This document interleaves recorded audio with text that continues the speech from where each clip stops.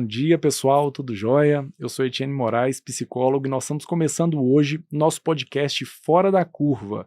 Eu e minha parceira de trabalho, já de alguns anos de jornada, Sueli Mesquita, nos propusemos a trocar ideias com profissionais de referência de Belo Horizonte, de Minas Gerais, pessoas que têm agregado ao nosso trabalho, para a gente discutir um pouco a prática clínica, mas de forma descontraída, de uma forma não apenas científica, mas também de fazer entender para a família, né, de levar o conhecimento para as famílias, para os nossos pacientes, para os nossos parceiros, uma conversa leve, suave, tranquila. E aí eu tenho aqui nessa mesa maravilhosa, grandes amigas e parceiras de trabalho, que é a minha colega Sueli de trabalho, doutora Valéria Loureiro, que é para mim uma das maiores referências de trabalho que eu tenho hoje, Valéria, um orgulho das trocas que a gente tem, e outra colega, assim, querida, que eu conheci há pouco tempo, né, Ju? Um ano. Né? Um ano, mas que tem feito muita diferença na minha vida diretamente, na minha lida diária, e eu quero já agradecer também a vocês por aceitarem esse convite, né? E obrigada. Fiquem à vontade para se apresentar. Vai lá, Sueli. Então, eu sou Sueli Mesquita, eu sou psicopedagoga, eu e a Etienne trabalhamos muito juntos, né, na questão da aprendizagem. Então, o Etienne normalmente pega a parte psicológica e eu trabalho na questão da área de aprendizagem, de adaptações, de formar esse indivíduo em termos cognitivos, né, autonomia de estudos, e a gente troca muitas figurinhas em relação a isso, né, porque o sujeito que vem para a gente é um sujeito mais do que cognitivo, mais do que conteúdo, mais do que passar Enem. Então, a gente estava até discutindo isso aqui, né? E aí a gente quis, né, propor esse programa justamente para discutir, dentre outras questões, como é que esse cérebro que está chegando na escola, que é hoje o nosso primeiro episódio, né? Estreia. E é a nossa estreia. E aí eu queria que a Valéria se apresentasse também, passo a bola para a Valéria, e Valéria passa para a Ju, para a gente conversar. Meu nome é Valéria, eu sou neuropediatra, né, da infância e adolescência. Sou parceira da Sueli também há muitos anos, do Etienne também, conheci a Juliana hoje, e eu acho que a nossa palavra aqui desse nosso bate-papo vai ser troca. Eu acho que a gente trabalha com aprendizagem, TDAH, autismo e outras questões da infância, da parte de neurologia e comportamento. Então, agora eu passo a bola para a Juliana. Bom, pessoal, queria agradecer, ainda mais participando da estreia, né? A gente já fica nervosa naturalmente na estreia, então. A gente já treinou, mas treino, jogo é jogo, então vamos tentar fazer da melhor forma. Meu nome é Juliana Rocha, eu estou na educação há 35 anos. Na minha época ainda era normal fazer magistério, então eu comecei com 15 anos, né? Para quem é bom de matemática, façam as contas. Hoje eu trabalho como coordenadora pedagógica. Eu trabalhei com pedagogia empresarial, né, o mestrado e doutorado também na área de gestão, e hoje trabalho numa escola já há 8 anos, né, uma escola referência de Belo Horizonte. Embora a Valéria tenha me conhecido hoje, eu já a conheço há muito tempo, né, o nome acaba que no meio da educação a gente circula muito, e a Sueli também já conheço muito de ouvir falar, ontem até falei bastante dela, e o Etienne é um grande parceiro, a gente se conheceu aí na lida pedagógica e teve uma identificação muito grande da forma de trabalhar, né, da forma de pensar, e do quanto os nossos alunos recebiam esse reflexo positivo dessa sinergia que tinha entre escola e acompanhamento clínico.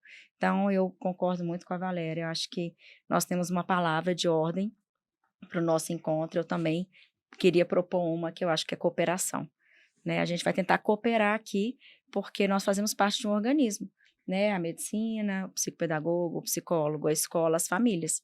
Se não estivermos todos integrados, alguém vai sofrer, e esse alguém é o nosso aluno.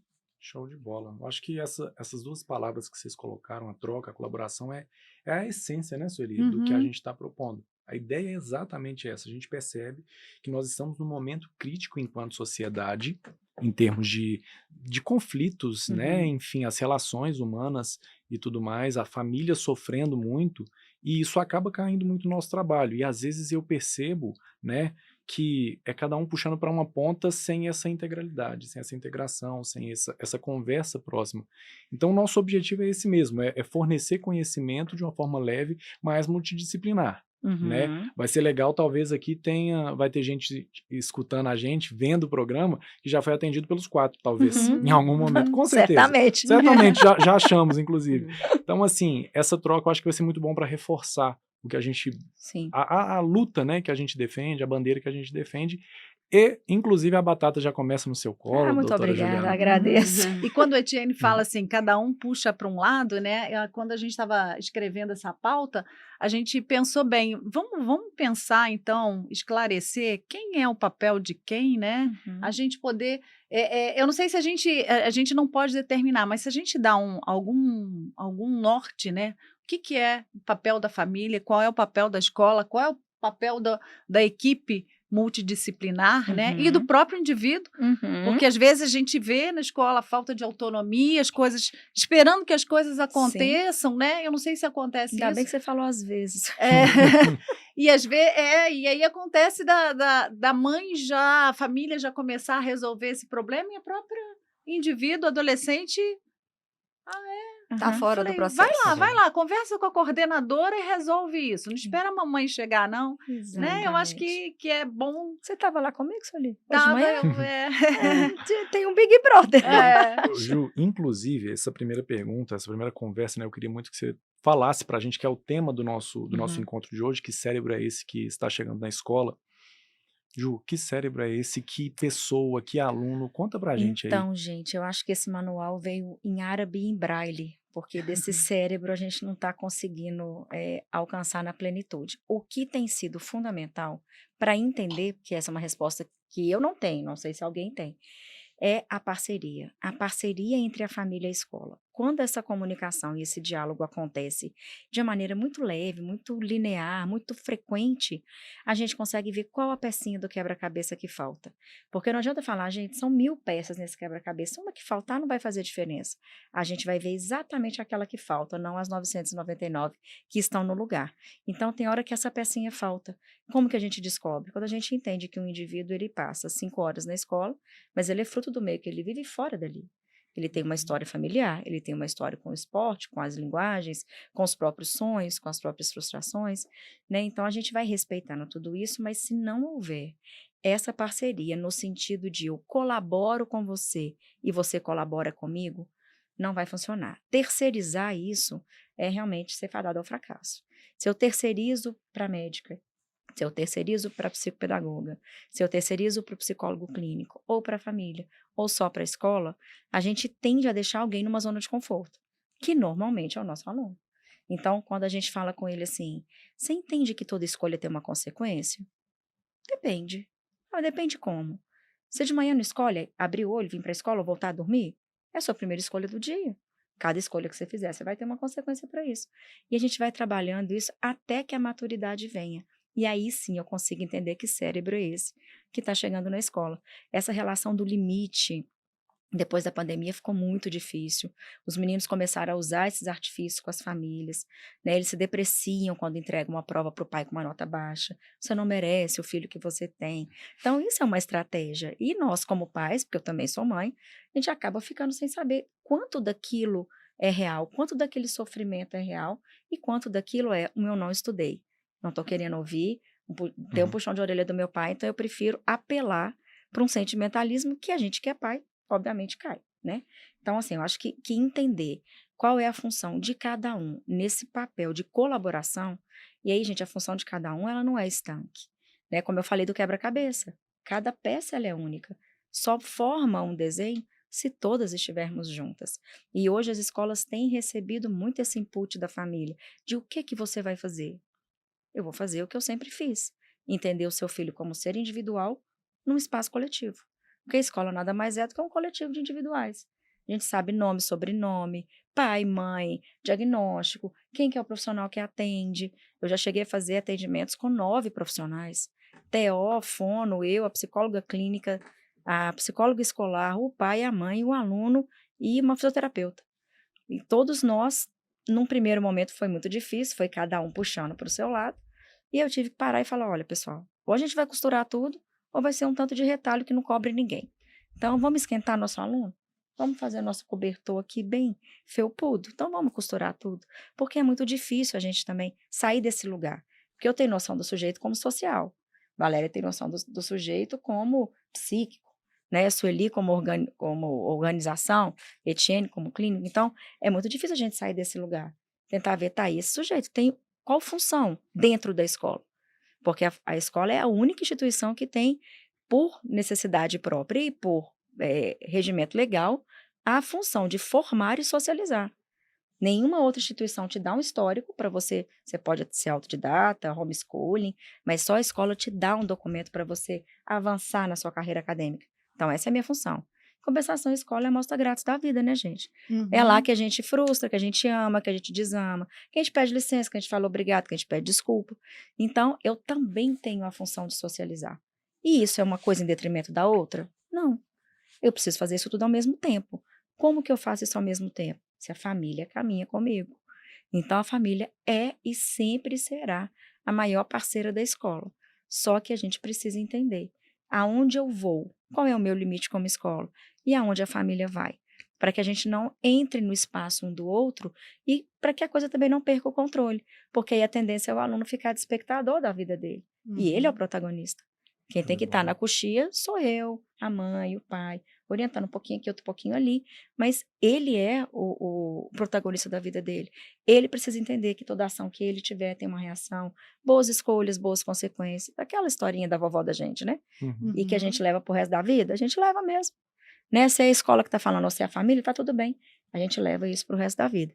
Então, essa é uma pergunta que eu tenho dificuldade de responder, embora eu acho que daqui a 10 anos, se você me perguntar, eu também vou ter. Show de bola. E muda muito, né? Muda muito. Eu vou até fazer uma observação mais à frente, não agora, deixa a Valéria responder primeiro, sobre essa questão que você colocou do papel família e escola e dessa relação aí, mas vou guardar um pouquinho aqui no bolso. Valéria, comenta pra gente, o que tá chegando nessa sua prática clínica ali, escola, paciente, família? Então, eu acho que vou tentar responder um pouquinho da pergunta, que cérebro é esse que vai à escola, né? Que sujeito que é esse? Eu diria que é um cérebro embebecido com um mundo de tecnologias, de telas, que geram um engajamento muito imediato e muito prazeroso. E esse mesmo sujeito que chega, né, imerso nesse mundo, ele chega para a escola sem muitas experiências socioemocionais, né, com pouco repertório para frustrações, e além disso tudo, acho que faz pesar mais ainda essa equação, é que é um sujeito lotado de expectativa dos pais, né? É aquele filho que tem que dar certo, que tem que performar, né, dentro da escola. Então, eu acho que a escola tem mudado muito ultimamente. As queixas das famílias que chegam também aos nossos consultórios também mudou muito ao longo dos anos. E eu acho que é um processo dinâmico que a gente está vivenciando atualmente, né? E mais uma coisa que eu ainda vou jogar, mais uma variável nesse tema tão complexo. Com um número muito maior de CIDs, né, de diagnósticos, né? Então, hoje a criança tem a TEA, nível de suporte 1, TDAH, dislexia, Tudo descalculia, tudo junto, né? Um número grande de diagnósticos. Então, nós temos uma escola hoje nova, crianças diferentes, famílias algo ainda despreparadas para esse contexto e profissionais que também estão tentando entender, né, qual que é o seu papel nessa equação. Deixa eu só completar. A Valéria falou uma coisa muito importante, gente. Tem a expectativa da família na performance do aluno, mas eles não conseguem ver qual é o limite desse aluno. Porque muitas vezes o 7 é o limite. Para mim, eu estou muito feliz. Se o aluno conseguiu chegar no 7, no 7,5, no 6,5, com tranquilidade, com leveza, com a saúde mental preservada e com esforço, poxa, isso aqui é fruto de toda a minha dedicação, tá tudo certo. Né? Essa comparação e essa exigência em cima dos meus limites, da minha história, é muito sofrida para a escola e para o aluno. Porque a gente vê que tem um aluno fazendo o melhor que ele pode, e eu incentivo isso, falo, olha, eu fico muito feliz de ver o seu melhor. E aí, quando eu atendo o pai, fala, de longe isso não é o melhor que eu quero. Obrigação. Ou não, ou de longe isso aí não é o que eu quero. Imagina, lá em casa não se aceita menos do que 8. E entender esse perfil, né? Essa pessoa esse cérebro que chega, que não é um módulo orgânico, mas um ser que absorve emoções, que reflete comportamentos. A gente pensa que dentro desse contexto da afinidade, né? A escola não, os pais exigem que eles sejam bons em tudo. Então, aquele jovem que chega para a gente no ensino médio, poxa, ele é bom em linguagens, ele é perfeito, ele se expressa bem. Aí na matemática é uma exigência. Eu falei, gente, matemática, vamos passar. A gente tem 2 escolhas, ou passar com sofrimento, com menos sofrimento, ou passar com muito sofrimento. E eu acho que quando eu converso com os pais, eu falo, gente, está tudo bem, ele não ser bom em tudo. Tá É tudo nisso ótimo, que a gente inclusive, vê. essa é a vida, né? E assim, e quem disse que os professores sabem tudo, né? De colocar o professor para fazer o Enem, ele vai tirar total em todas as disciplinas? Não. E hoje em dia, isso em sala é muito comum. O aluno faz uma pergunta e o professor responde, nossa, excelente, só não sei responder, mas na aula que vem eu vou saber. Então, isso movimenta a educação. A sala de aula é feita desses desafios, né? E eu vou colocar um assunto aqui, talvez vocês olhem e falem, pô, não tem nada a ver com o que você está falando, mas talvez vocês consigam me entender também. Eu tenho muitos casos de pais dessa forma. Quantos pais saem ali, formam em engenharia química e hoje estão trabalhando na área da construção civil, construindo prédio, entende? Existe uma cobrança dentro disso que vocês estão colocando de expectativa de fazer, não, para fazer a escolha, porque ele é bom em química, em física e tal, e já vai projetando ali a faculdade, mas a própria história do pai não comunica com a exigência. E que tá tudo bem, ou deveria estar tudo bem, o fato de, tenho casos assim, colegas e clínicos também, de pessoas que largaram a medicina no 10º período. Eu tenho um professor de geografia, foi para o meu professor de geografia, e largou no 10º, o pai quase infartou, falou, não é possível, eu não tô feliz, não é isso. E sabe o que é o mais legal, Etienne? Os meninos percebem. O ano passado eu atendi um aluno de 9º ano, que o sonho do pai era que ele fizesse Cefet, porque o pai fez e não passou. E aí, naquela discussão dentro da minha sala de renova a matrícula, não renova, mas eu quero, mas eu não quero. Você fecha uma escola excelente, uma escola gratuita? Não, mas eu quero continuar. Por fim, o menino bateu na mesa e falou, esse é o seu desejo, não o meu. E a líder fez um cri, cri, cri. Eu não entrei, porque ali era uma briga interna, eu lá olhando. Momento terapêutico. A mãe se recolheu no seu cantinho. E o aluno continuou, falou, faça você. Eu sei que você é bem sucedido hoje, tem um emprego muito bom, mas faça você não está morto. Você pode fazer qualquer concurso, se quiser, você só não pode entrar no Cefet, porque você não tem idade. Mas me deixa aqui nessa escola, que é a escola que eu gosto, que é a escola que eu me sinto bem, que é a escola que eu fiz amigos e que eu tenho dificuldades, mas que eu venci o ano, ele já tinha sido aprovado. Aquilo foi um soco no estômago, gente. Quando eu olhei, eu falei, a gente que é pai fica achando que a gente está escondendo alguma coisa dos filhos da gente, e eles percebem mais do que eu. O pai deu uma assustada, que eu acho que ele também nunca tinha confrontado, e bateu na mesa e falou, faça você. E aí deu aquele desconcerto. Quando eu falei que tinha guardado a informaçãozinha, a escola ainda tem mais uma variável, como a Valéria colocou, que eu entendo que vocês estão sofrendo muito a partir de um evento que foi a pandemia, né? Onde os pais, as famílias, né, com toda a boa vontade do mundo, obviamente, se sentiram no direito ali de acompanhar os filhos, que tinham que acompanhar mesmo, mas a crítica em cima do professor e da escola naquele momento foi muito acima do tom.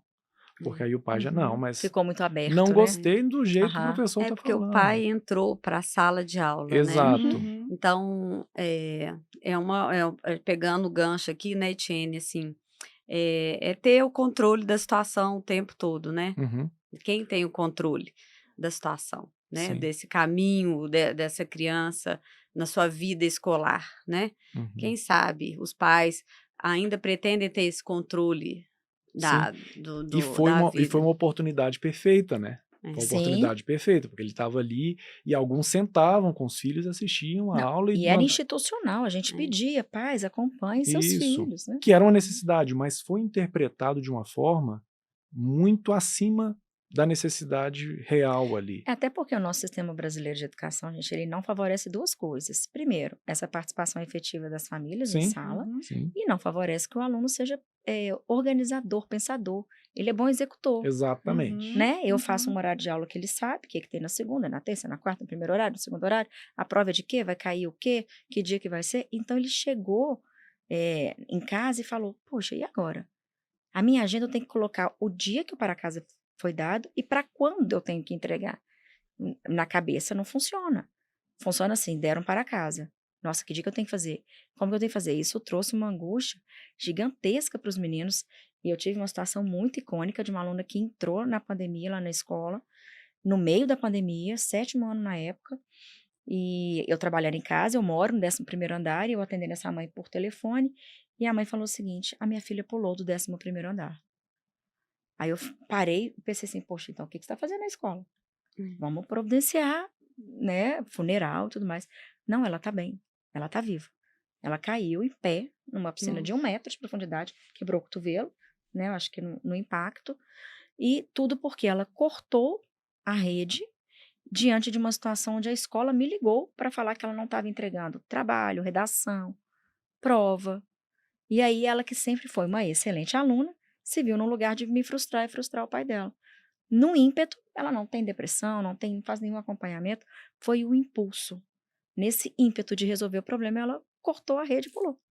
Que é muito característico na adolescência, né? A questão do impulso, do Sim. baixo controle Inibitório. né? E a Valéria fez uma associação perfeita. Quando você junta já um instinto, algo que é quase natural à adolescência, com a tela, onde que é tudo ali, Sim. né, com funções ali executivas, onde o sistema dopaminérgico está mandando ali o tempo inteiro, o adolescente impulsivo é um prato cheio para uma disfunção. Eu fico muito me perguntando hoje, né, como a escola se prepara para esse novo aluno, né? Porque manter-se um aluno engajado 5 horas por dia é um desafio e tanto. Com a BNCC que a gente tem, com os conteúdos que a gente tem. Tendo que cumprir com todas as particularidades, com todas as questões de inclusão muito bem-vindas, né, na contemporaneidade, que a gente tem uma sala inclusiva, né? Então, assim, é muito difícil. Eu acho que é um senhor desafio. Uma das propostas, assim, que eu tenho conversado com as escolas pode ser um assunto polêmico ou não, mas eu acho que a escola poderia tirar o celular da sala de aula, porque eu acho uma competição inglória com o professor, né? Então, eles se esperam um intervalo para olhar o celular, eles saem na hora do recreio, já querem olhar também o celular e, voltando no que eu falei no início, é impeditivo para o desenvolvimento socioemocional, né? Tá carregando essas telas para o ambiente escolar. Né? Então, eu acho a gente pede essa ajuda para as famílias, Valéria, porque quando a gente impede, e eu já escutei isso muito na minha sala, dos pais falarem, mas fui eu que comprei, pertence ao meu filho, eu dei a ele. As famílias conseguem tirar. As famílias podem falar, mas se não tiver uma regra das escolas... Algumas adotaram agora, né? O Santo Agostinho... mas é um projeto de lei ainda, né? Não é uma... Hoje eu atendi um pai querido, e ele falando que no grupo do WhatsApp da sala. 6º ano, do WhatsApp da sala, os pais estavam reclamando que achavam um absurdo a escola não proibir ou não tomar o celular na hora do recreio. A escola está deixando os meninos usarem celular no recreio. Aí eu conversei com a família, você, olha, você tem um filho só. Você está aqui porque você não dá conta de um filho só. Agora, você imagina a escola falando assim, tira o celular, E se tornando responsável por qualquer avaria naquele aparelho. Vocês é que não tem que mandar. Aí o pai, assim, sabe, ele parou, falou assim, mas tem um discurso que eu combato muito no consultório, inclusive, que mas eu preciso comunicar com ele. Falou isso. Eu preciso comunicar com ele para gente, onde que o seu filho vai estar que não terá alguém sob responsabilidade, né? E isso tem causado também nas escolas um certo desconforto, porque muitas vezes os pais ficam sabendo antes da própria escola que teve um conflito, ou que Muitas até a vezes, criança Valéria. está passando mal, às vezes a criança está com Tão dor de delicado. cabeça, ela Sim, comunica ao pai primeiro, exatamente. antes da escola saber e Exato. tomar uma providência. Então, assim, eu discordo um pouquinho da Sueli, eu acho que tem que haver uma educação, primeiro, da parte das escolas, mas tem que ter um combinado, tem que ter uma regra, porque Mas a nós legislação chegamos tem num que caminho permitir. sem E eu volta, vou né? abrir uma verdade. aba dentro disso que você acabou de falar, que é uma demanda que eu tenho muito, que eu vejo muito e dou uns puxãozinhos de orelha às vezes no pai e na mãe nesse sentido, que eu falo, o erro já está em você de ter respondido. Porque ele está na sala de aula, não era nem para estar respondendo. Mas, e os pais se questionam muito, os próprios meninos questionam, mas por que eu tenho tanta ansiedade? É claro que não só isso, Óbvio. mas são situações assim também. A gente não sabe mais esperar. Eu gosto muito de dar lá no consultório o exemplo da fila do banco. Hoje não tem mais fila do banco. Antes a gente tinha que passar 2 horas na fila do banco esperando para fazer um depósito, fazer uma transferência. E saía Hoje, feliz que tinha isso. conseguido. Isso, e aí você Exatamente. conversava. Hoje, que a gente falou sobre o ócio agora há pouco, né? A gente não tem mais isso de ficar, de esperar. É o tempo inteiro resolvendo demanda. Então, na É hora que vocês verdade. perguntam que cérebro é esse que vai à escola hoje, é um Cérebro cérebro ansioso. com imediatismo, né? Isso. Sem É um dúvida. cérebro que tem um cardápio na mão, Sim. de streaming, ele escolhe o Sim. filme que quer, não tem que esperar a propaganda, não tem que esperar nada. Ele escolhe a hora que quer assistir o filme, do jeito que quer, pausa, ou ele assiste de onde ele estiver. Né? Então, é um cérebro com imediatismo. E esse cérebro vai para a escola e tem que esperar 50 minutos, um horário. Estuda uma matéria para fazer a prova dali a 3 semanas. Então, como é que funciona isso? Né? Eu acho que esse é o Você desafio. falou sobre filme e eu dou até um desafio para vocês. Vá ao cinema e repare o cinema. Ninguém mais assiste filme inteiro sem parar e mexer no olhar. telefone. A gente não faz mais isso. Nas A palestras Só a minha também. geração. A gente não Minha geração. tem, e isso é um cognitivo comportamental total, a gente já Sim. não tem mais essa paciência. A gente está o tempo inteiro buscando, né, preencher alguma coisa, o filme tá chato. Aí vai Vídeo responder, respostas, né? Que Isso. a gente Sim. manda perguntas no WhatsApp, fala assim, nota, tá demorando. É o que mais irrita o ser humano. Isso. Visualizou e não É. respondeu. Então, é imediatista. Isso que a Valéria falou, gente, é tão real, ele é tão presente, que nos últimos atendimentos, os últimos que eu falo assim, do ano retrasado para cá, eu tenho sempre, e eu falei isso hoje pela manhã, no meu último, antes de vir para cá, que é quando o filho chegar em casa e contar algo, ou contar pelo WhatsApp, fazer a seguinte pergunta: filho, quem da sua escola sabe disso? É o disciplinário, é o professor, é a coordenadora, é o psicólogo escolar? Quem sabe? Não, mamãe, ninguém. Meu filho, se ninguém sabe, assim como a sua coordenadora não sabe se a banana acabou na minha casa, que dia que eu tenho que pagar a conta de luz, assim como ela não gerencia os problemas da nossa casa, eu não tenho como gerenciar os seus problemas da escola. Conta para alguém. Porque aí o pai sai desse lugar de eu vou resolver para o filho, eu devolvo uma responsabilidade e cria comigo, que sou coordenadora, um fluxo muito natural. Né? Hoje eu tenho alunos que vão na minha sala e falam assim, me dá um abraço, tô com saudade. E demandas reais, que são Sim. demandas da escola, né? Excelente. E a gente perde o princípio da oportunidade, né, Sueli? Porque aí o aluno remoe aquilo que aconteceu, não dorme bem. No outro dia a mãe pergunta, o que aconteceu na hora que ela tá levando ele à escola? Nada. Aí ele vai para a escola ainda sentindo aquilo. Aí, da sexta-feira à noite, tá todo mundo feliz, ele não vai contar isso para a mãe. Final de semana tá todo mundo ok, ele também esqueceu o problema. Então, na segunda-feira, ele resolve contar o que aconteceu na quinta. Eu já perdi o princípio da oportunidade de atuar há muito tempo. Né? Então, eu tenho falado muito isso para os pais. Perguntem para o seu filho quem da escola sabe. Até também para eu não receber o seguinte questionamento. A escola não fez nada. Falei, eu não fiz porque meu nome é Juliana Rocha, não é Juliana Diná. Eu não tenho a minha bola de cristal, ela é do Shopping Oi. Ela não funciona, gente. Então, eu não tenho como adivinhar se alguém não me disser. E se dependendo de quando também estiver falando, melhor nem falar. Porque aí já passou, eu não vou resgatar a outra família, o outro aluno. E isso não significa que eu não queira trabalhar. Significa que eu preciso trabalhar com a velocidade da informação corretamente, não pelo telefone.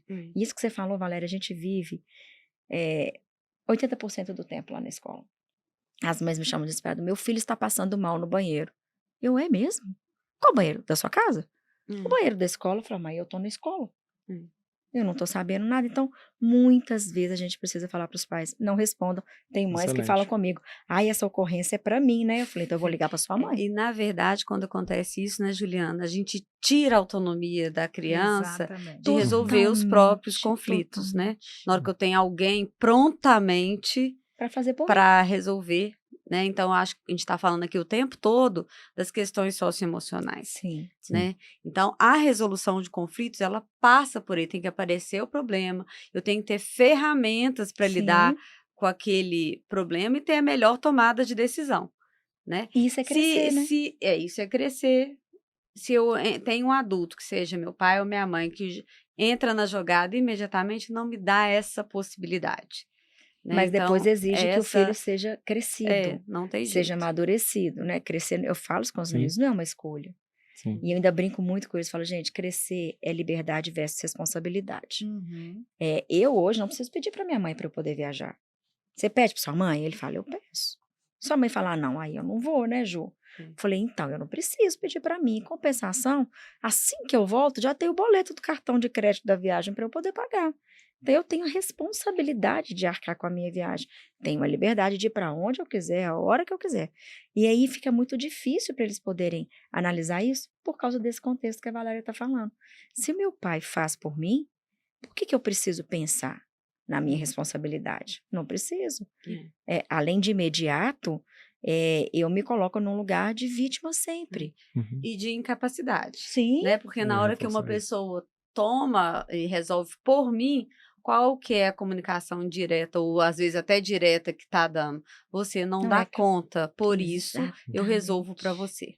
Perfeito. Eu Exatamente. falei exatamente isso, você completou perfeitamente, porque é exato, você está comunicando, Hum. ele pode interpretar, aí a gente tem vários perfis, né? Sim. Ele pode interpretar como, opa, eu sei resolver, mas deixa alguém resolver por mim, beleza, se for assim até tudo bem. Agora, muitos interpretam como, eu não tenho capacidade, eu não tenho capacidade de solução, meu pai e minha mãe, escuto muito isso, meu pai e minha mãe não confiam em mim. A minha mãe é psicóloga, trabalhou muitos anos com educação especial, área clínica, e ela tem um caso icônico que ela me conta, e não sei por que eu lembro disso todo dia. Um paciente dela de uns 10, 12 anos perguntou para ela assim, ô tia, quando eu durmo o mundo para? Como? Não, se eu tô dormindo, tudo para de acontecer? Aí ela devolveu, falou, mas quando você acorda, o que você come? Pão, fruta. Quem colocou a mesa? A fulana. E quem fez o pão? O fulano. Até ela fazer ele acreditar que quando ele dorme o mundo não para.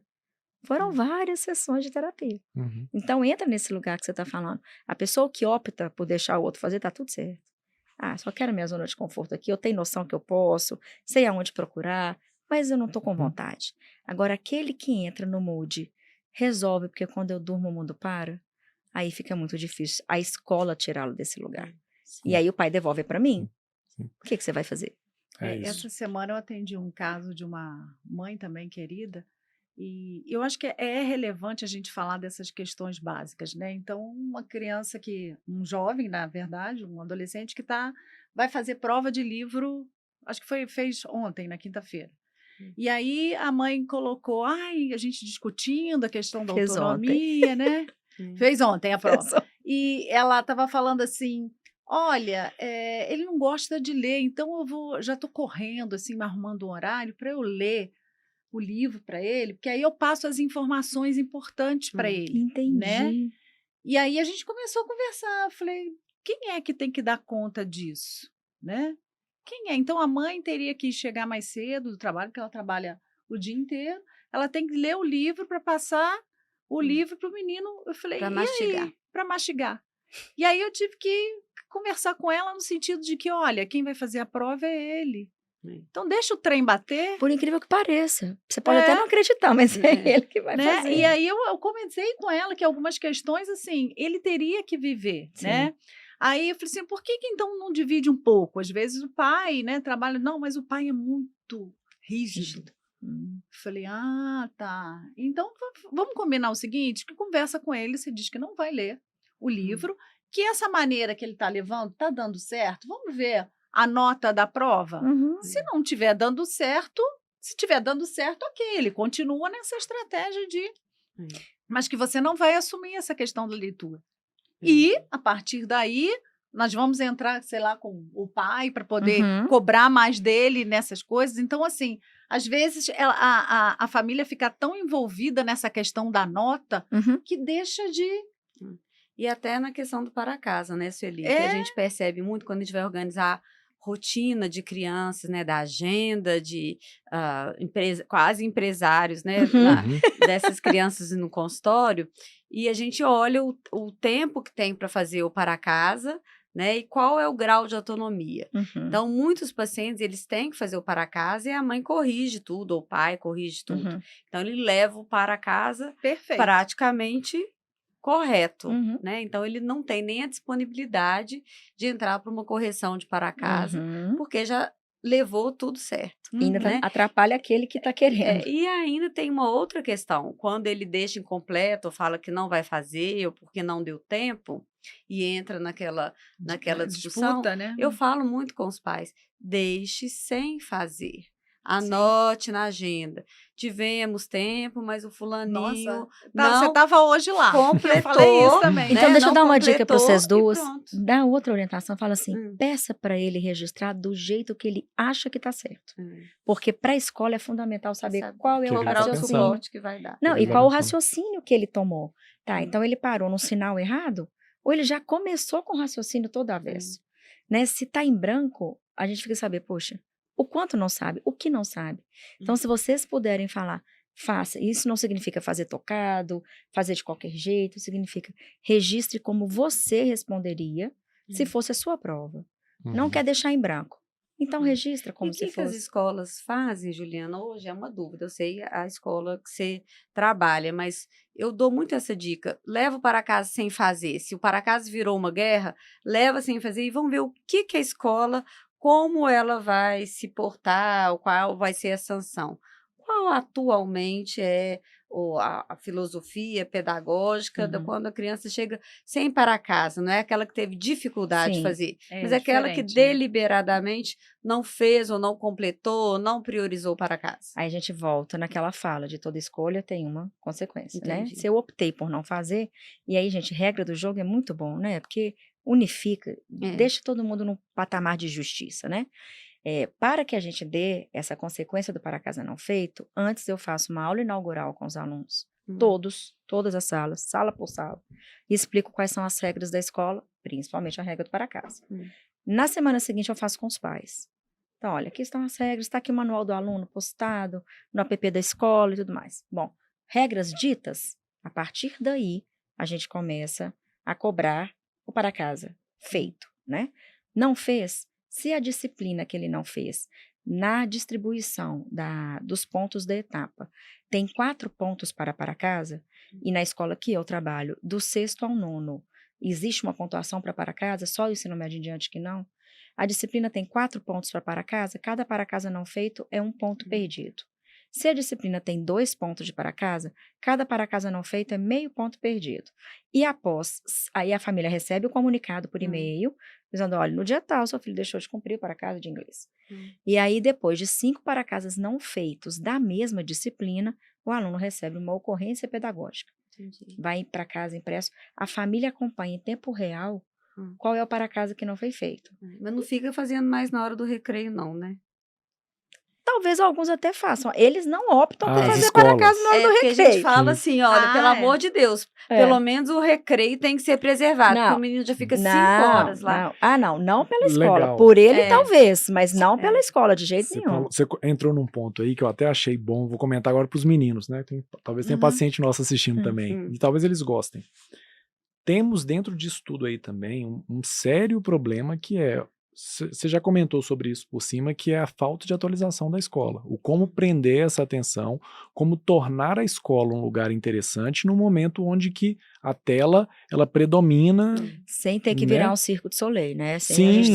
Exatamente. A gente precisa bater muito nessa reflexão também, porque eu percebo que tudo evoluiu. O celular evoluiu, o carro evoluiu, o computador evoluiu, as clínicas evoluíram, né? Mudaram muito. A escola ainda está tentando. Exatamente, está tentando, mas está muito difícil de alcançar. Então a gente tem ainda essa situação que os meninos chegam lá no consultório e dizem, não A aula volta é muito Falei, chata. é isso, é mesmo. Uhum. É chata mesmo.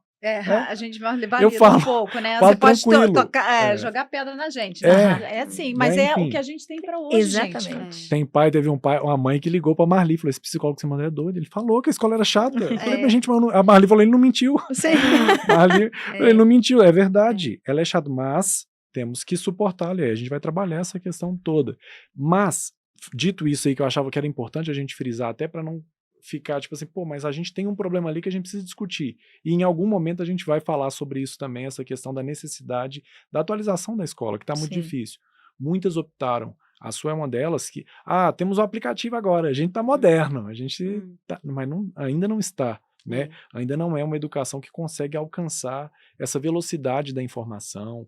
Isso você colocou, nada hoje, você falou da prova, que o conteúdo é dado hoje, vamos cobrar daqui 3 semanas. Isso já é assim, não existe mais isso, esse tempo de espera em nada da vida. Nada a gente espera mais. Se o Uber que a gente tá pedindo tá atrasado, não passou para 5 minutos, a gente cancela e pede outro. No final vai dar os mesmos 5 minutos. E olha como que isso é real, gente. Lá na escola a prova é toda semana. Sim. Né? Um dia da semana obviamente, cada semana é uma disciplina. E o que seria um dificultador, que eu falo com os pais com muito cuidado, olha, né, ele vem de uma escola que é uma semana de provas, ele se prepara só no dia anterior, aqui eu vou precisar que ele tenha uma rotina. E eu achei péssimo, já, mas ele tá achando ótimo ter prova toda semana. Por quê? Porque ele tá entendendo que ele vai estudar e fazer prova, entra nesse imediatismo, Sim. que acaba tendo um lado até positivo, porque o aluno tirou uma ansiedade dessas 3 semanas, ele não se perde em tudo isso. E cria uma rotina. É uma adaptação à necessidade, né? Mas É uma adaptação à necessidade. Eu tenho uma provocação aqui. Para mim, né, quando as crianças ficam muito tempo na escola e tem mais a outra parte com atividades esportivas que a gente incentiva demais, né? E esporte não é 2 vezes por semana, não, né, gente? Esporte tem que ser 4 vezes por semana e outras atividades que sejam música, artes, né? Eu acho que a criança ela precisa desse estímulo. Mas o abominável para casa à noite, né? O que acontece? Nós temos a gente tem que contemplar várias questões do para casa à noite.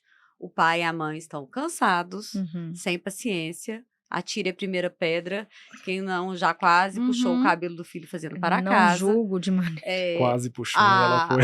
As crianças estão exaustas, né? Já está na hora de dormir. Sim.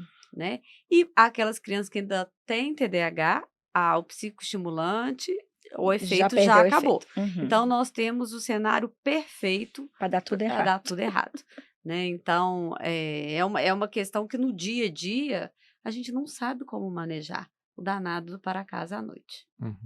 Porque aí é prós e contras, né? O para casa como técnica de estudo é fundamental. Porque a gente brinca isso lá na escola.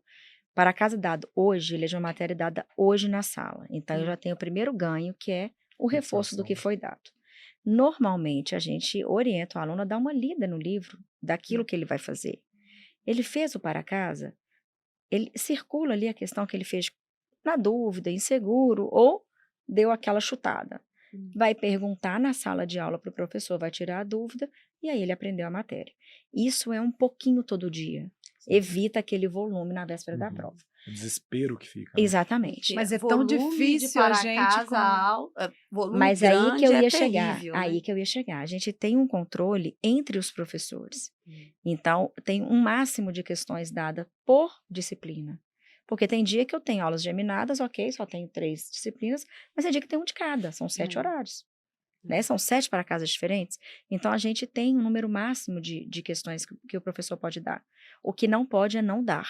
E o terror deles é esse daí que você acabou de falar. Quando, às vezes, o para casa de matemática sozinho é do mesmo tamanho das 7 disciplinas. Mas quando fala que tem para casa de 7, aí é o terror. Aí é o terror. Embora sejam 3 questões de cada. Exatamente. E para ajudar nesse processo todo, para que eles também entendam que é uma ferramenta importante, sem perder a qualidade nisso que você falou, que é totalmente pertinente, a psicóloga escolar, para aqueles que desejam, faz com eles um quadro de rotina de estudos. Então, ali tem as aulas pela manhã, né? Hoje eu tô com as turmas E o da... tempo para estudar. E o tempo Não, que não pode passar de 1 hora até uma determinada faixa etária, porque se ficar mais de 1 hora, fica sim. extremamente E aí o aluno exaustivo. já coloca ali, olha, esse dia eu tenho treino, esse dia eu tenho inglês, esse dia eu tenho igreja, né? Então, ele já fala para ela, aí ela já vai preenchendo os espaços. E ela fala, você consegue fazer para casa sozinho? Para os menores, né? Faço. Sua mãe faz com você? A minha mãe gosta. Então, tudo bem fazer à noite quando ela tá em casa, porque de manhã ela não tá. Então, leva para casa, o pai valida, e tem hora que o pai escreve, não suporto, eu recebi esses dias, não suporto fazer para casa à noite. Então, a gente faz, ou seja, ele está dizendo que ele não suporta, mas que ele pode fazer de manhã. Então, a gente faz uma inversão desses horários. E às Só que vezes... isso é por iniciativa própria, né? A escola não tem como fazer isso no todo.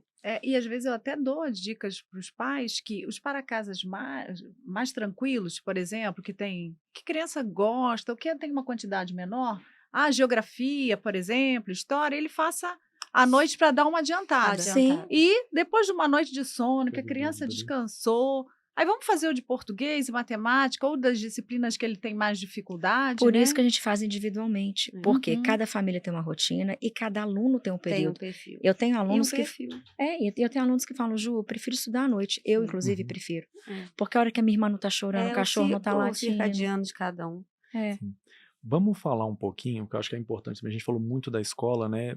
Abordamos levemente, sutilmente, mas da família. Esse papel. Vou pedir, Valéria, para você iniciar a resposta. A Juliana começou com a escola, você com a família. Qual o papel da família dentro disso tudo que a gente, dessas indagações que a gente está fazendo? Eu acho que a família é participação, né? Acho que a família tem que participar, mas não tem que estar onisciente e onipresente, né? Para gerar autonomia para as crianças. Então, eu acho que essa que é a equação mais difícil, né? O grande problema é que existe essa expectativa de desempenho. Quase que uma ansiedade junto, E é uma ansiedade que contamina, né? E vai virando um ciclo muito... muitas vezes a gente tem que tratar a família, né? Quando a gente vê que a família está muito disfuncional, né? Com um nível de ansiedade muito grande, muito desadaptada, né? Aquele contexto, a gente tem que tratar a família, né? Com terapia sistêmica, né? Eu não coloquei aqui na minha introdução, mas eu sou terapeuta sistêmica também. Muitas vezes eu falo assim, eu não consigo tratar essa criança sozinha, só essa criança. Eu preciso tratar essa família, né? Eu encaminho para profissionais que trabalham o sistema, né? O sistema família. E o sistema família hoje eu sinto que ele está um pouco perdido. Perdido nesse mundo de informações, nesse mundo de expectativa, né? Sem saber qual que é o seu real papel. Né? Eu acredito nisso. Perdido e adoecido, família? Você Pode acha, estar, eu posso falar que está adoecido, porque tudo mudou muito rápido, né? E eu falo que uma das grandes questões que eu percebo hoje é que os filhos viraram protagonistas em relação ao desejo, né? O filho que escolhe tudo, né? Desde do restaurante que vai almoçar, onde vai tirar férias, como que vai ser, e na hora que o filho vira esse protagonista, eu acho que as relações familiares, elas mudaram muito, né? Tomou o controle, né? Tomou o controle. E aí, como é que eu vou fazer para o meu filho ficar ou continuar feliz? Que é outra ditadura, né? Então, eu acho que a gente está vivenciando esse protagonismo dos filhos, que eu não concordo, mas é o que a gente tem visto. Então, por isso que eu acho que os problemas e as questões, talvez, quando a Juliana fala mais o adoecimento, que eu acho da família como um sistema, eu acredito que seja isso. Você tocou num ponto que esse ano, principalmente, eu tenho questionado muito as famílias que chegam. Sempre eu pergunto, como é que tá esse casamento? Como é que tá esse casal? Porque muitas vezes eu tenho percebido demais que o filho vem como uma ruptura do casal. Né? A mãe com algumas expectativas ou querendo suprir algumas faltas, algumas necessidades, e o pai com outras expectativas ali, e há quase que um divórcio silencioso. Porque estamos presos pelo filho. Exatamente. Viraram e companheiros só de apartamento, né? Mas e quem que é o protagonista? A O criança. E a criança, né? e o que acontece muito? Eu acho que você sofre a consequência desse fato. O filho começa a atuar nessa lacuna. Uhum, Ele percebe fácil. O menino de 3 anos percebe. E uhum, como opa, com o papai eu tenho isso daqui, com a mamãe eu tenho isso daqui. E a partir daí ele começa a uhum. interagir com o mundo dessa forma. E chega na escola pronto Pra para ser tocar o também. terror. Eu falo muito isso com os pais, que eu li um livro na faculdade há 200 anos atrás, né, gente? Chamava Bebê Não é Bobo. Hum, É um livrinho, de, hum. sei lá, umas pouquinhas páginas, 100 páginas se tiver. E uma das metáforas que ele usava é o seguinte: pai e mãe se formam no muro. Filho está distante do muro. Quanto mais distante, mais eu vejo as rachaduras do muro. E aonde que ele vai? Nas fissuras. Uhum. Então, ou pai e mãe, mesmo discordando internamente, eles estão juntos e eles não mostram as rachaduras, ou o bebê que não é bobo, ele vai exatamente nas Atuar na fissuras brecha. desse muro. E é o que eles fazem. Muito desse protagonismo vem por aquele apelo emocional que eu falei lá no início. Nossa, mas eu preciso dar esse controle porque ele está muito fragilizado emocionalmente. Imagina se eu posso falar um não. Imagina se eu posso frustrar. Então, como ele já está num processo depressivo, por outros motivos 1000, eu dou a ele a chave da minha casa. Eu faço com que ele determine as relações, o tempo e o É espaço. isso. E eu converso com os pais, assim, o filho, ele veio para acrescentar. Antes do filho chegar, eles já eram um casal, já eram uma família, Uhum. né? Então, às vezes eu pergunto pro pai ou pra mãe, qual foi a última vez que vocês saíram sozinhos, sem a criança? Uhum. Sabe que eles param assim e olham? Eu tenho um pai que me respondeu assim, com culpa ou sem culpa? Porque com culpa foi semana passada, mas sem culpa eu não Eu lembro. falei, a criança chegou antes, vocês já eram Sim. uma família, ele veio para agregar e não para dividir, né? Não, eu recebi um pai no final do ano passado, um pai super parceiro. Eu sou bem pequenininha, ele é bem grandão, ele mora no interior, são 4 filhos em Belo Horizonte. A mais velha saiu da escola ano passado, tá fazendo faculdade, os outros ainda estão. O mais novo estava no 7º ano passado. E ele entrou na minha sala, ele trabalha numa fazenda no interior, se eu não me engano ele é dono de uma fábrica de vassoura. Ele tirou o chapéu, colocou em cima da mesa. Depois que a gente conversou bastante, ele falou, Dom Juliano, vou falar um trem pra senhora. Filho é bom demais, mas não compensa não. E aí, Internamente eu concordei com ele. E a primeira coisa que eu acho que a gente precisa de ter pais adultos, né? sim. Parece que é brincadeira, mas não é. Né? Aham. Eu acho que a gente tem os adultos, existe uma hierarquia que são os adultos, inclusive emocionalmente, ou Sim, deveríamos sim. ser, Principalmente. né? E as crianças que estão em desenvolvimento. Então, eu E ele acho... falou isso exatamente por isso, Valéria, porque ele confronta os meninos dele a todo momento. E ele me perguntou um dia assim, será que o sim é mais fácil? Eu falei, depende do momento. Talvez no momento sim, mas depois você vai se arrepender tanto, você vai falar, não valeu a pena. Então, ele estava exatamente falando disso, por quê? Porque era um confronto diário. Era a tentativa de impor o limite, e ele não abria mão. Ele falou, eu sou um homem, Juliana, que fui criado para respeitar pai e mãe, professor e esposa. Isso. Aí do meu filho se levantar a voz para minha mulher. E aí vem essa questão que você falou. Ela é minha esposa antes deles nascerem. Então, você vê que tem essa questão do pai falar, tá, vale a pena? Porque é difícil, gente. Criar filho é difícil. Manter essa coerência, né? Sim, Eu falo muito e ele isso, seja entrava nesse coerente. confronto com 4 filhos, Sim. idades muito próximas, só a mais velha é mulher, os outros são meninos, uma dificuldade maior de amadurecimento, e ele falando isso, eu não abro mão de que a minha família pense da mesma forma, porque eu e a minha esposa pensamos da mesma maneira e buscamos uma escola que pense como a gente. Ele estava lá, inclusive, por problemas disciplinares do mais novo. E ele falou, se a senhora não me chama de senhora, se a senhora não me chamasse aqui na escola, eu tiraria meu filho, porque o que ele fez e me contou em casa é inadmissível. Se a senhora não me liga ou não me conta, e eu mandei por escrito, naquele momento eu já ia perceber que não é uma escola para o meu filho, de acordo com os meus valores.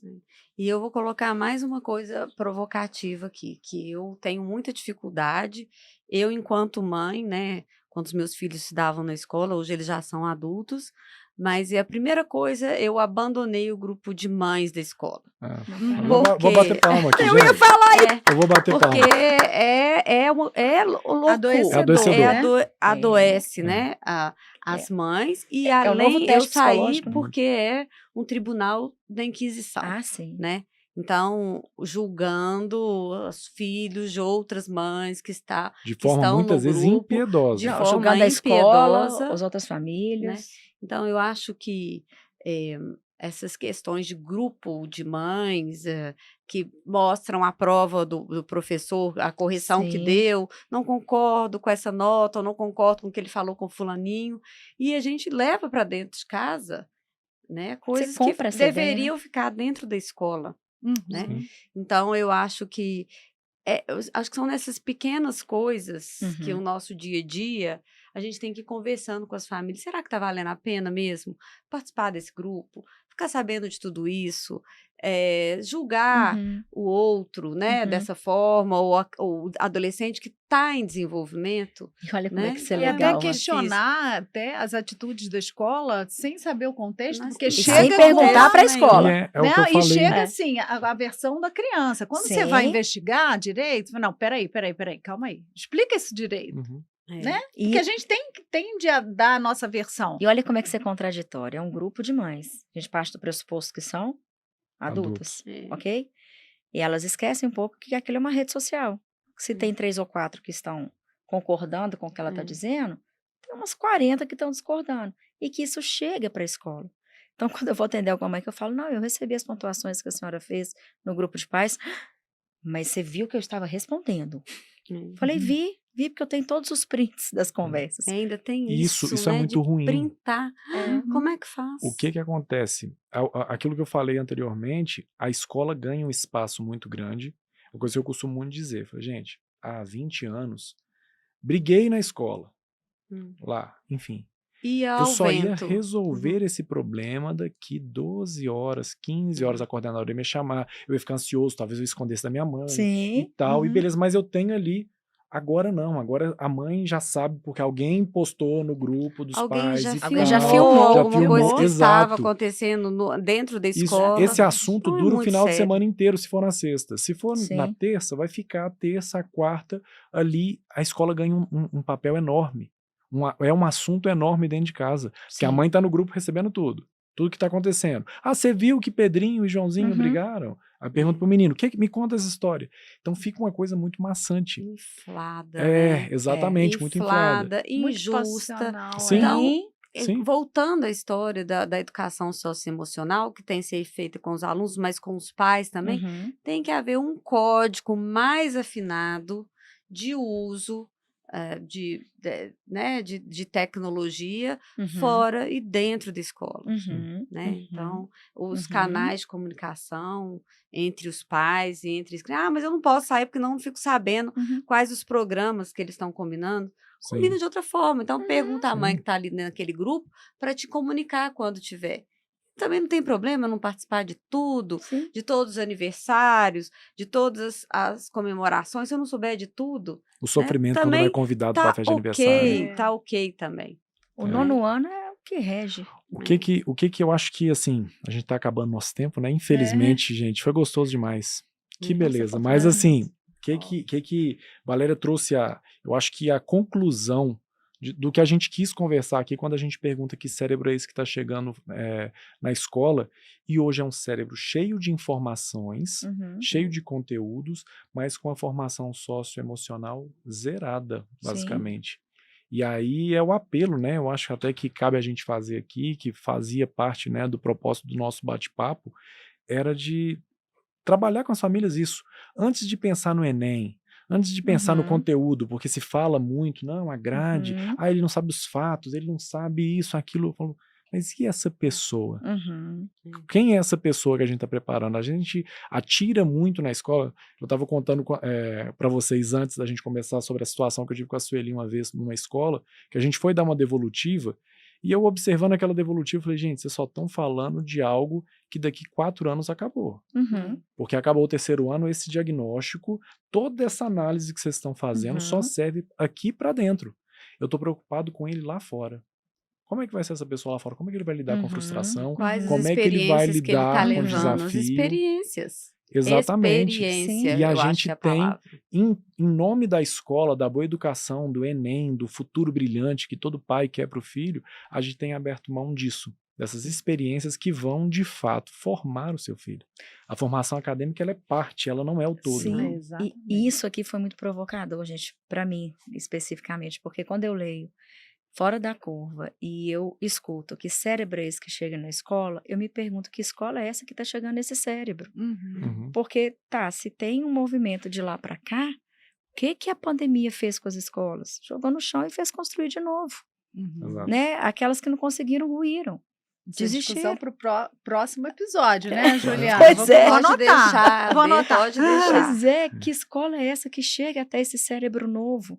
Quais são os nossos desafios? É tudo toma lá da cá, é desafio que vem de lá, que vem de baixo para cima do professor, de cima para baixo da direção, nas laterais da família, no meio do caminho ali dos alunos. Então, tá aí, que escola é essa que tá chegando nesse cérebro? Também não sei responder não, gente. Vamos conversar sobre, nós vamos conversar sobre. É. Valéria, faz uma pontuação final aí pra gente. Logo eu. Não, eu acho que a gente tem muito o que conversar, né? A gente tem muito ainda o que trocar. Né, eu tinha uma coisa que eu deixei, podemos colocar para o próximo capítulo, que é a questão da subjetividade hoje dos alunos versus cobrança da escola excessiva de subjetividade. Então, é um assunto para a próxima pauta. Show de bola.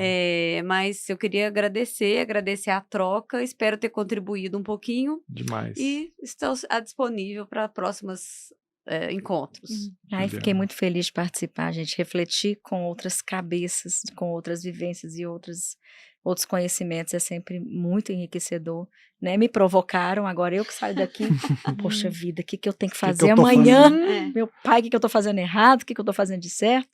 E quais são os meus desafios? Mas assim, é muito bom, me coloco aí à disposição para sempre que vocês quiserem, né? E se eu puder contribuir, se eu puder formar melhores pessoas para um mundo melhor, Cidadãos, né? né? Vocês nunca vão ver os 10 mais ricos como uma educadora, né? Mas certamente a riqueza que eu tenho, nenhum deles Não tem terá. dúvida. Então, Sueli Mesquita. E dizer assim, né, que embora a gente tenha aqui diferentes áreas pensantes, a gente não tem a resposta, né? A gente graças está a Deus, num né, Sueli? processo De construção. de construção, a gente nunca viu um aluno com esse perfil, com esse nível de informação, com esse nível de acessibilidade a essa informação, e a gente também não sabe, assim, quando a gente orienta famílias, a gente também não sabe que cada ser é diferente, que funciona para um, não funciona para outro, Com certeza. e aí a gente tem que ver em que família isso está inserido, né? Esse ser está inserido. Então, é assim, estamos aqui no olho do furacão. Talvez daqui a algum tempo a gente tenha algumas respostas ou não, Ou estejamos mas a gente- mais ainda no... ou, dúvida. e assim, e o fora da curva vem justamente para colocar esse ponto de interrogação. O que a gente está fora da curva? Fora da curva é bom? É ruim? Não sei.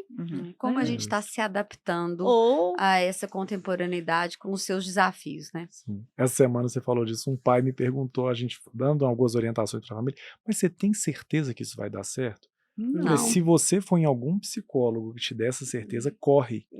Porque com certeza. nós não temos essa resposta aqui. A gente tem tentativas ali dentro de um perfil, né? Mas enfim, gente, obrigado demais da conta. Assim, foi muito bom conversar com vocês, muito rico. Eu já sabia que seria bom, mas eu confesso a vocês que em alguns momentos aqui, né, eu até me emocionei com a riqueza, né? E como que é bom compartilhar com vocês isso. Eu espero que a gente tenha somado um pouquinho, né? Para os pais, para as famílias, para as escolas, estamos aqui para debater. Então, assim, comentem, gente, qualquer coisa que vocês quiserem, a gente vai debater muito, muito, muito esse ano inteiro. Todo mês a gente vai gravar alguma coisinha. E é isso aí, meninas, muito obrigado. Voltem Até a sempre, próxima. vão voltar, eu espero pelo menos, né, que o convite mas o vai nosso chegar. dia a dia não fica só no estúdio, né? A gente vai, com a gente vai certeza. Sem sombra conversar de dúvida. fora, né? O WhatsApp da Valéria. Né, a gente falou todo o WhatsApp, mas a gente se responde ali quando dá, mas responde e tem sido muito rico. Troca. Perfeito. Obrigadão, gente, é isso aí. Valeu. Obrigada. Tchau, Até tchau. o próximo Até o episódio. próximo. Tchau.